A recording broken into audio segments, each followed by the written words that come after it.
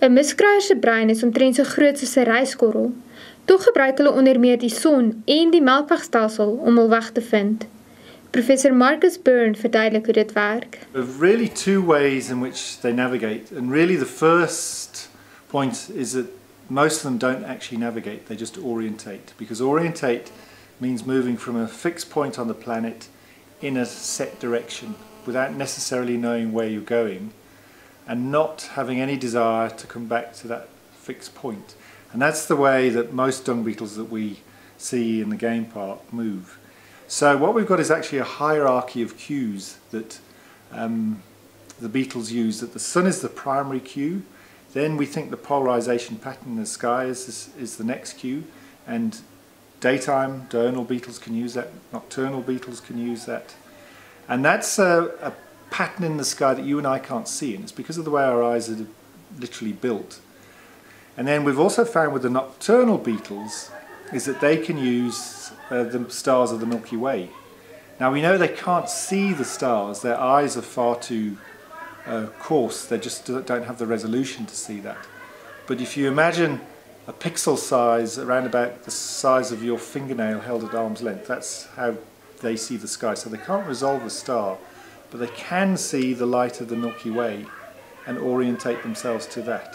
One of the cues that alerted us to the idea that they were using patterns of information in the sky, either the sun or the polarization pattern, was that every now and then you'll see that the beetle climbs on top of its ball and does a little dance. And it's usually when it's been disturbed in its rolling behavior that it needs to reset its orientation system. It climbs on top of the ball, does a little 360, and what it's doing is scanning the sky with its dorsal eyes. Again, another interesting thing about dung beetles is that their eyes are actually divided into two. So they have an upper eye, which is we call the dorsal eye, and a lower eye, which we call the ventral eye. And we're pretty positive that the main function of that dorsal eye is to look at the sky, and to pick up orientation cues and to help them orientate. We've seen a very basic behavior really of an animal using a sun cue, a solar compass, to roll a ball in a straight line away from a competitive area. And all they want to do is go in a straight line. That's their only objective. They will never return to that dung pat.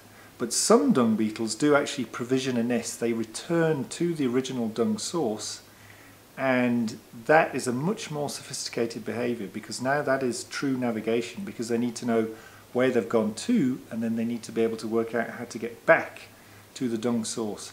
And there is a whole group of dung beetles in the southwest of southern Africa that forage like this. They actually provision a nest and they run back and forth between the dung source and where they've established their nest. And it's using a system that we call path integration.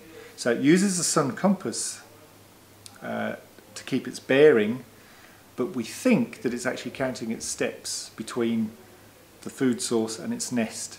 So tiny animals, tiny brains doing very, very clever things.